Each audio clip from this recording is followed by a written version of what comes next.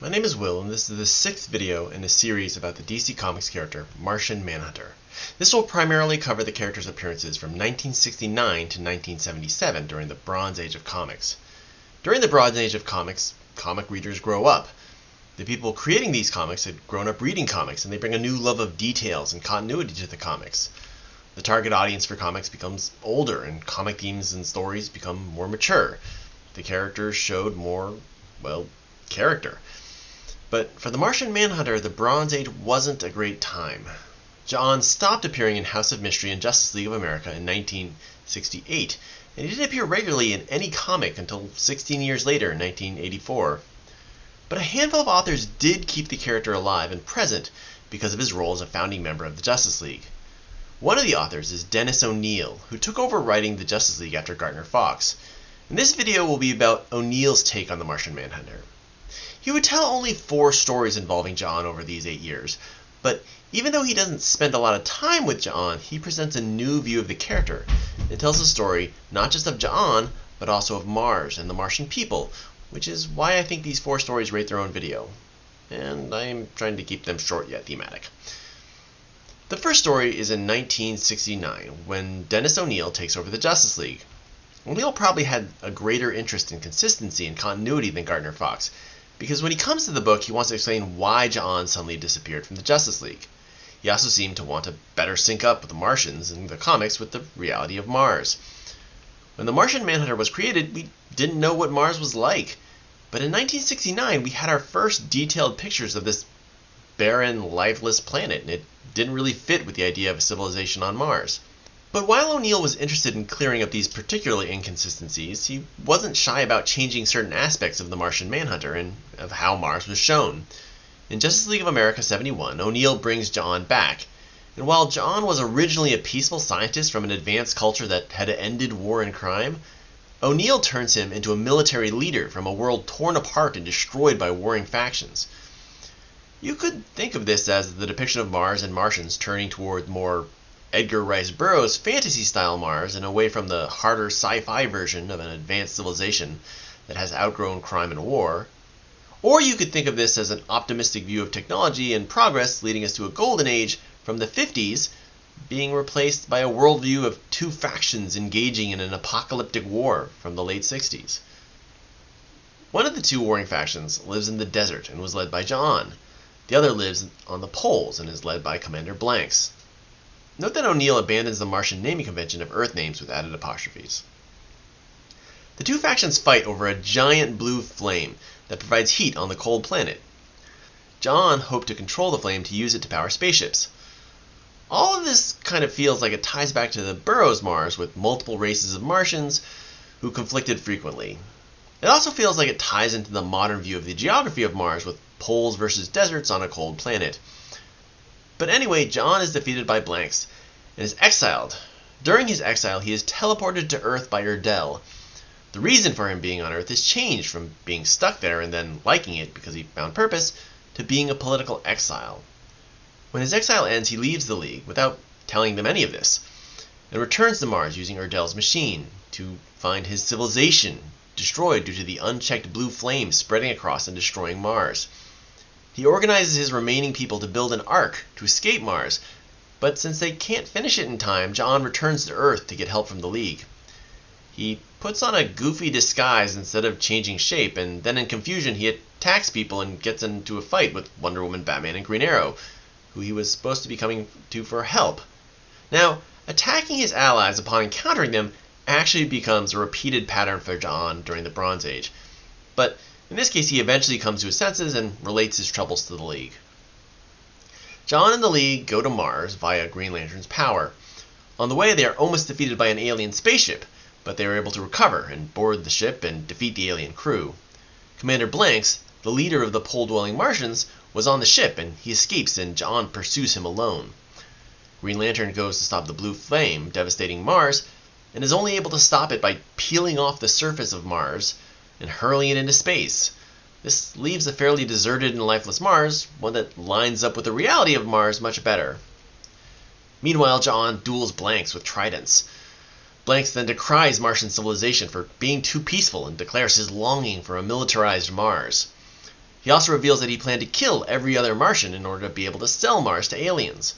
John wins the fight against Blanks, but he still despairs, reflecting on how his advanced society with so much promise fell to one sick individual. And here you see the nature of the Bronze Age of comics and a new generation of writers. In this panel, John is talking about us. This issue came out during the Cold War, where the threat of global annihilation was ever present, and he is pointing out how the lives of an entire world could be ruined by the choices made by a single insane leader obsessed with war and conquest. During this time, the US president was often thought of as the person with their hand on the button, who could make a decision that would end human civilization. Mars is presented as a dark possibility for our own civilization. Dennis O'Neil brought stories about real-world issues into the comics and helped bring a whole new level of depth to these comics.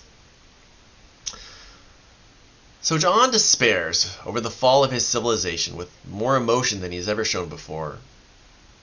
Batman tells John that he has a home on Earth, and this ties in with the bond between the founding members. But instead, John sets off to search for the handful of his people who escaped on the Ark he had started building. This story answers why John disappeared, why he is no longer part of the League, and also leaves a lifeless Mars, very much like the Mars they saw in the real world. Okay, I want to take a step back and talk about white Martians, which is a term I haven't used yet. This issue, Justice League of America 71, is supposedly when white Martians get introduced, but there are no references to white Martians in this book. There are references to pole-dwelling and desert-dwelling factions who are part of a shared civilization because they are having a civil war. John is exiled because they don't want to make him a martyr.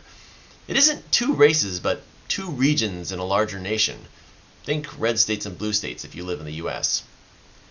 The actual color of the pole Martian skin may have been a detail added by the artist Dick Dillon or the colorer Sid Green. One of the reasons I think this may have been the case is that the text and the art seem out of sync at certain points, which indicates that Dennis O'Neil and Dick Dillon may have had some miscommunications. For reference, this is the 5th issue they produced together.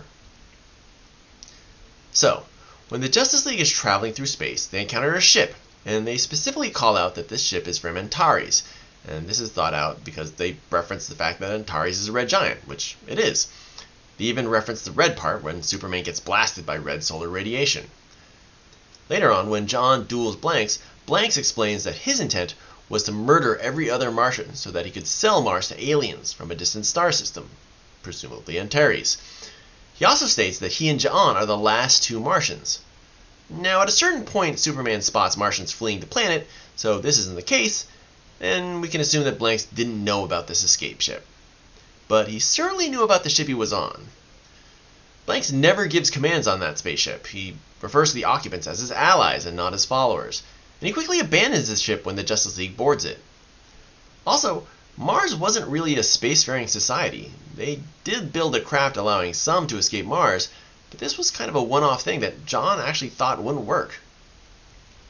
So it seems clear that the plot, as written, is that Blanks essentially wiped out Martian civilization, and he was traveling not with Martians, but with the aliens from Antares that he planned to sell Mars to.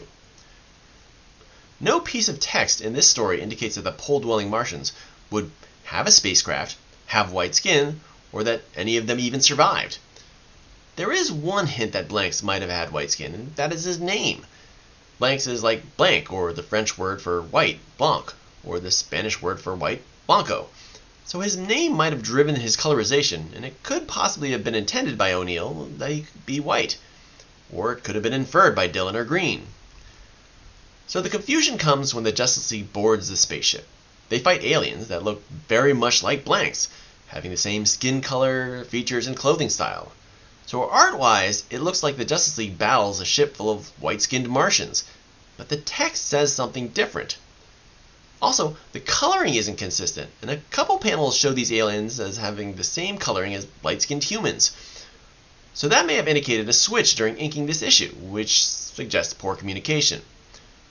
Note that no other O'Neil story has pole-dwelling Martians. He does introduce another Martian villain, but it is a green-skinned character. So, the white Martians, major bad guys in DC lore, may have largely arisen from poor communication between O'Neil, Dillon, and Green, which to me is part of the beauty of this huge shared universe, multiverse, omniverse? Place. Now, other authors would take the White Martian lore, intended or perceived from Justice League of America 71, and build on it, and I will talk about that in future videos. But I want to talk a little more about how O'Neill presents Mars and John, because it extends beyond just this story and applies to the other stories he tells with John in them. Part of this is the reduced power of Martians, and this takes two forms. One is that John and the other Martians don't display that many powers in these stories. They have strength that is close to Kryptonians, flight, limited invulnerability, and X-ray vision. But that's about it. Basically, John is green Superman light. O'Neill doesn't even have him use any shape-changing, despite that really being the key to John's history. He also didn't use his super breath that he used in almost all his appearances in the Justice League before O'Neill. The other way Martian power is reduced is that Martians only have their powers on Earth. On other planets they may have some powers, but not nearly as much. Now, this had been kind of a thing in the Silver Age, but it was inconsistent. In the Justice League of America, John visits other planets and dimensions and never loses his powers. In his own book, he only leaves Earth a few times, once to Mars and a couple times to other dimensions, and doesn't really lose his powers. There are a couple mentions of his powers being tied to Earth, like in the bizarre issue where he recreates Mars in a park, which gives humans powers and a fire weakness, while removing his own powers and weakness to fire. But when he goes to Mars, the Martians there are vulnerable to fire, and a human visitor has no special powers or new weaknesses. So, while there is precedent for his powers being tied to Earth, it wasn't consistent or very well established. Not only does O'Neill change Martian powers, but he also gives John new personality traits that will seem very unfamiliar to modern fans. O'Neill's John is the leader of his people. He is one of the strongest Martian warriors, but he is also hot-headed and quick to attack. In Justice League 71, he attacks a Fire Eater sideshow at a circus, and then attacks his old colleagues when they try to stop him. In World's Finest 212, he encounters Superman in a strange building and immediately attacks him. In Adventure Comics 449 to 451, he gets angry at the apparent death of his friend and rushes off to attack the Justice League, despite his people trying to stop him. He starts fights with old allies while searching for his friend's killer. He doesn't really seem like much of a detective. Batman, who strangely calls him Old Greenskin, says that he's all heart and guts, painting a picture of someone who is good and fearless, but this description also reinforces an impulsive nature. He is also very much guided by a sense of warrior's honor. When hunting down blanks, he refuses help from the League since he wants to handle it himself. In Adventure Comics 449, he rushes off to avenge his fallen friend against the wishes of his people, saying that his code of honor demands it. When Supergirl saves his life later, he says he is embarrassed to be saved by her. The Martians themselves come off as a warrior people and have that fantasy feel from Edgar Rice Burroughs' Mars stories. They use both swords and guns and fight honor duels. The race of psychics who have moved beyond war and crime imagined by Joseph Summickson, the original creator of John, is long gone. Okay, I mentioned some of the other three stories already, but let me go over them. The first is in World's Finest 212, which is a Superman team-up book at this point. Anyway, in this story, Superman finds John Jones, who has just found his people, and the two team up to save them. It starts with the two encountering each other in a mystical building that teleports around. John viciously attacks Superman, despite Superman greeting him by name and offering his hand. So you get the first Martian Manhunter and Superman fight. Oh, Superman and Martian Manhunter are gonna fight. This is terrible. This is awesome. Now technically, this isn't the first fight, since in one other case they fought in Justice League 19, but John was mutated at the time, so it doesn't count. So this point is where the direct comparison of their powers starts. And it seems like O'Neill is directly addressing fans with this Superman thought bubble. People used to wonder if Martian Manhunter could throw a punch as hard as I can. Superman thinks that John can throw a punch as hard as him, and that a fight between them would go nowhere since they are both invulnerable. But Superman is also able to get the upper hand due to being trained by Batman. But then the tables get turned when the building travels to the world of Vaughn, which has a red sun.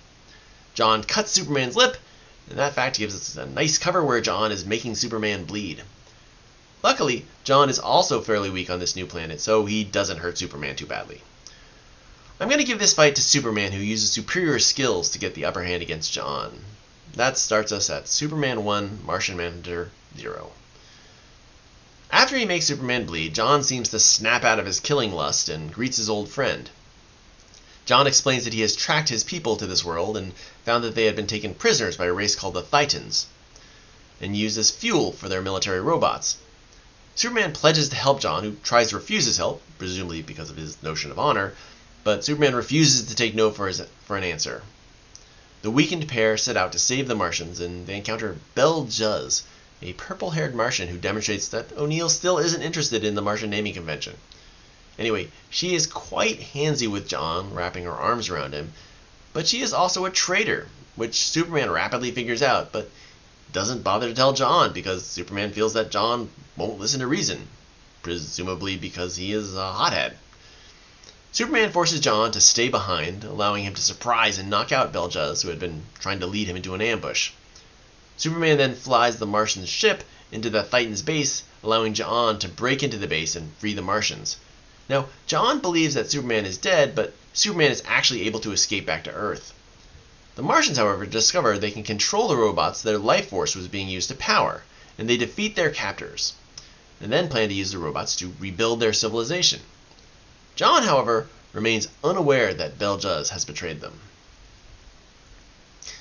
John shows up again in Justice League of America 115, where he comes to the League for help against an evil creature that the Martian people uncovered. This appears to be a new planet and not Vaughn, since Superman has powers on it. Also, the Martians seem to have some level of power on it as well. Anyway, the Justice League saves the Martian people and all is well.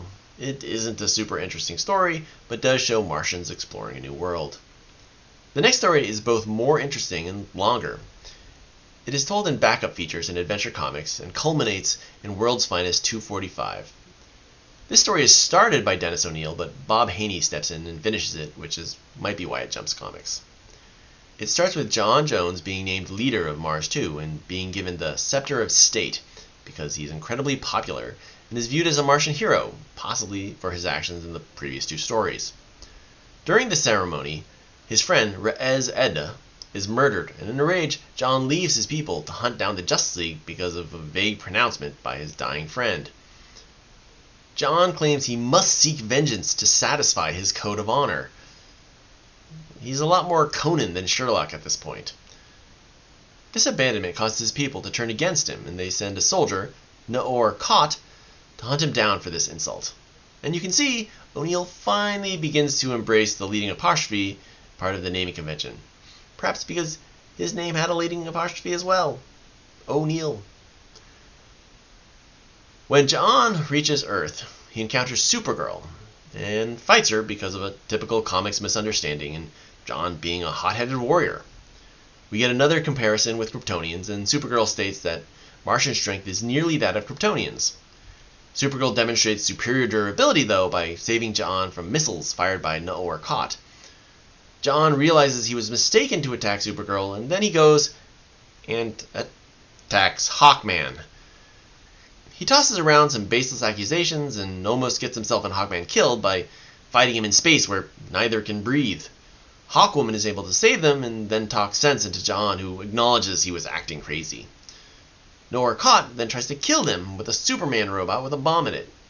Hawkman figures it out and signals John, who confirms it with Martian vision and hurls the robot away.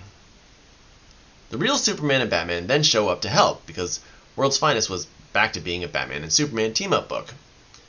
This is when Batman refers to John as Old Greenskin. Superman then takes John to Mars 2, since John's spaceship has been destroyed. Note that traveling through space isn't something John can do himself, and this comic has several panels of John being carried by Superman. On Mars 2, the two discover the death of John's friend was fate, and it was just part of a plot to depose and kill John because John is a moral leader who would prevent them from attacking an innocent city of people they shared their planet with. His traitorous friend, Rez Edda, is able to convince the Martians to turn on John. John and Superman fight a horde of Martians armed with swords and guns.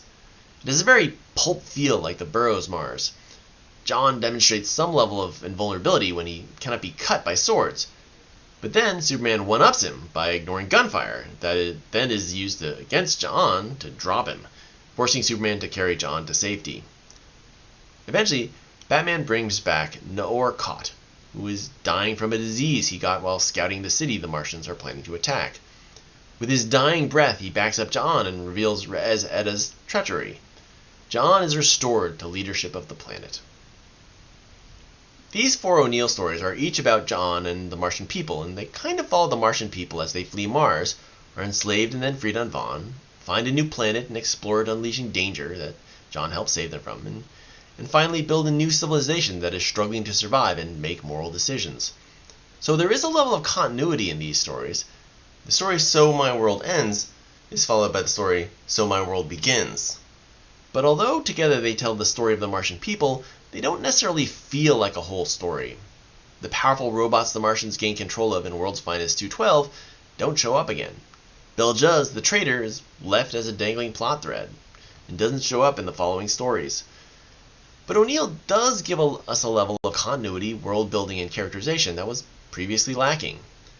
In doing so, he moves John towards the pulp-era Martians of Burroughs, with them being a warrior people led by the strongest fighter, who is heroic because of both his strength and his nobility.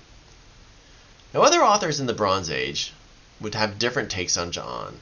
Steve Englehart and Len Wein would use him in stories, and in them, he wasn't really like O'Neill's John. They didn't involve the Martian people. Later, 2 writers, Jerry Conway and Greg Potter, would end up writing stories involving the Martian people. But this is a topic for the future videos. The next video will be about John's remaining time in the Bronze Age until he returns to Earth and the Justice League. And as always, like, subscribe, comment, and if you like this content and want to encourage me to make more.